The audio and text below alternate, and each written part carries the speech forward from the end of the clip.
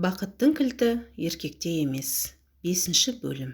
Шынайы оқиға. Сол түнгі армандарым көзімнен бұлбұл ұшты. Талғаттың ата-анасы мені жылы қабылдағанымен, Талғат маған үйленгісі келетіндігін айтқанда, үй іші маған үйленуіне түбегейлі қарсы болыпты. Мұны ертесінде Талғаттың анасымен кездесуге барғанда естіп, бақыт құсы басымнан ұшып кеткендей күйде болдым. Ертесінде жексенбі болғандықтан барлығымыз үйде едік. Бір кезде телефон шырылдап, тұтқаны мен алдым. Сөйтсем, бұл Талғаттың анасы екен. Ол кісі қоңырау шалады деп еш ойламаппын. Анасы мені кездесуге шақырды.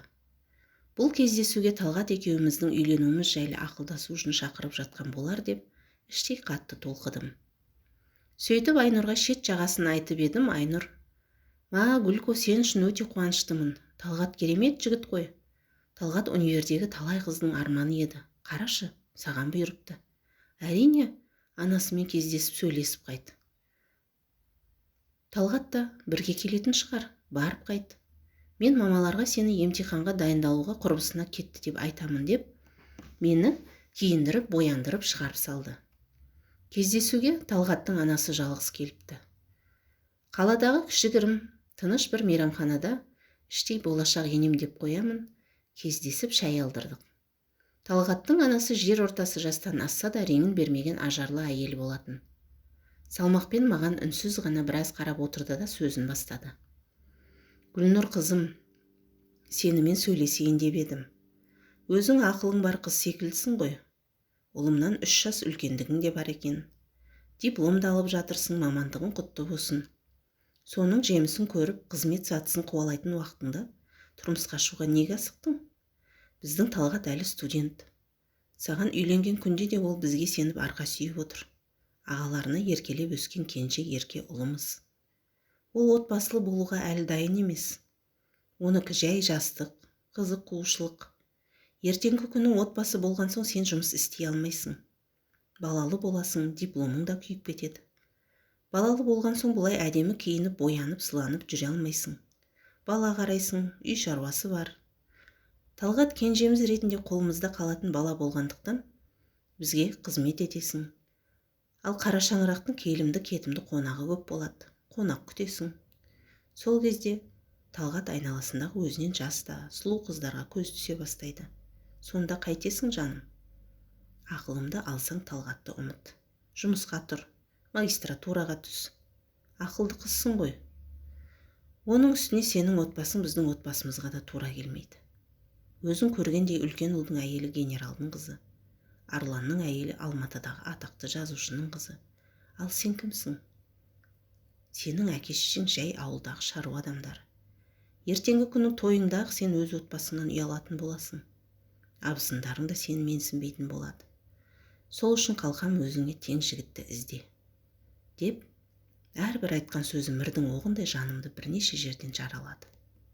Мен отырған жерімде бір нүктеге қадалып не айтарымды білмей отырып қалдым. Мұндай ой, отбасым жайлы, теңсіздік жайлы мүлде ойыма келмепті. Кеудем намыстан өртене берді. Тілім байланып қалғандай. Талғаттың анасына ләм-мим деп сөз қайтара алмадым. Анасы осыны айтты да: ұлым сені іздеуі мүмкін, оған ешқандай үміт берме. Егер бізді тыңдамай саған үйленер болса, екеуіңе ешқандай қолдау көрсетпейміз. Той, ақ көйлек, бақуат өмір жайлы армандаушы да болма. Талғат барға тоқшылыққа үйренген бала. Бізден қолдау көрсетпесек, отбасылық өмірдің алғаш қиындықтарынан сынып кетеді. Сенімен ажырасып үйге қайта келеді. Мен өз баламды жақсы білемін ғой. Сол үшін тең-теңімен тезек қабымен дегендей, айналайын, ақылымды алсаң жұмыс деп өз күшіңмен көтеріл. Біреудің дәулетіне қызықпа жаным. Қош сау болып тұр. Жігітті қойда дипломыңды жақсылап қорғап шық, деді де даяшыны шақырып шай ақысын төледі. Сөйтті де қоштасып шығып кетті. Мен сол отырған күйі үнсіз ғана сол орында бірнеше уақыт отырдым.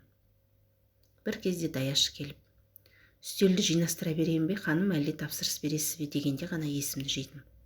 Сөйтіп даяшыға қарап: тең-теңімен тезек қабымен деппін. Сөйтіп едім, ол көзі алақандай болып: мен сізді түсінбедім деп бетіме қарап қалыпты. Ал мен ыңғайсызданып қалдым. ойымдағы сөз аузымнан шығып кетті. Содан орнымнан тұрдым да, мән бермеңіз, жай аузымнан шығып кетіпті, сау болыңыз, деп мейрамханадан шығып кеттім. Сыртқа шықсам көктемнің ызғарлы қара суығы ұрып тұр екен. Мейрамхананы жағалап жүріп келемін. Астананың ызғарлы суығы жаңағы Талғаттың анасының сөздерінің қасында түк те емес еді. Саусақтарым суықтан қарысып қалса да түк сезбедім. 2 аялдама жаяу жүріп бір кезде жол жиегінен такси ұстадым. Үйге жеткен соң есікті Айнұр ашты. Мені тағатсыздана күтіп отырғанға ұқсайды. Ал нағашы көкемдер бір досына қонаққа кетіпті.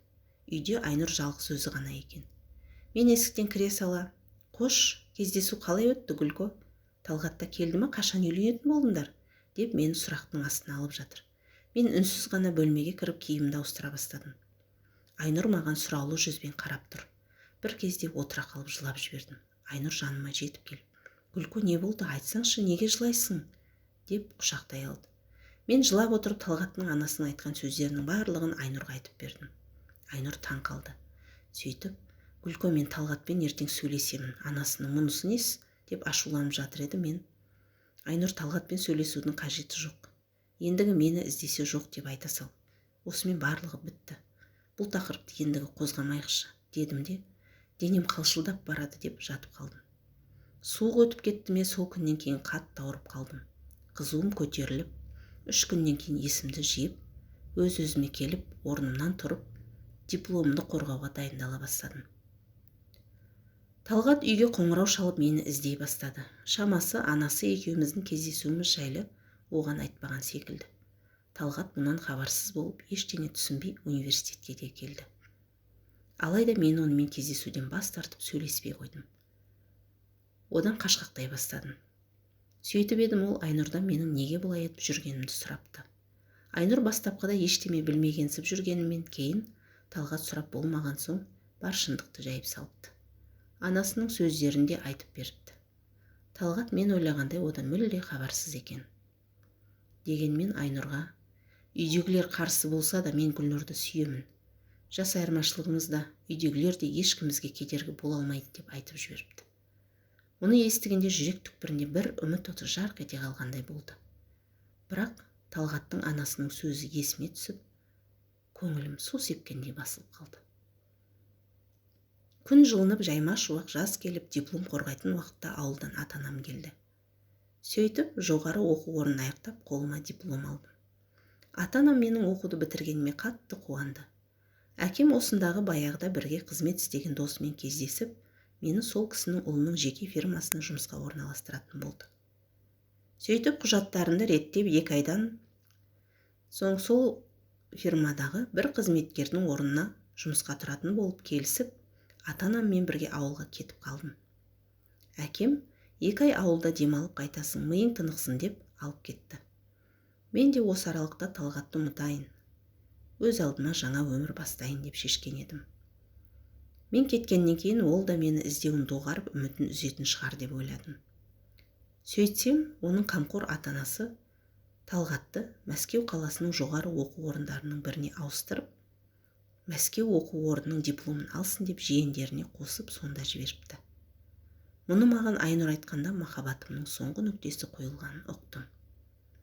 Сонда да бақыттың кілті еркекте емес, керісінше, ендігі жігіттер бақыттың кілтін менен іздесін. Көп жігіттің қол жетпес арманы болайын. Талғаттың анасы айтқандай оқуымды жалғастырып, карьера жасайын деп ойлап, магистратураға оқуға түсуге шешім қабылдадым. Ауылда 1 ай демалып, Астанаға қайта келдім. Өйткені магистратураға құжат тапсырып, емтихандарға дайындалуым керек еді. Ата-анам мұныма қарсы болмады. Керісінше, барынша қолдау көрсетуге тырысты. Әкем жұмыс жағын және сөйлесіп, жарты ставкаға жұмыс істейтін болдым. Жұмысты ең төменнен сату маманы болып бастадым. Талғатты жүрегімнен сызып тастадым. Онымен барлық байланысымды үздім. Тек жұмысқа ден қойдым. Күзге қарай сабағым басталып, түске дейін жұмыста, түстен кейін білімімді шыңдауға кірістім. Жалғасы бар. Дыбыстап оқыған Жазира Төлешова. Арнамыздан алыстамай тіркеліп алыңыздар.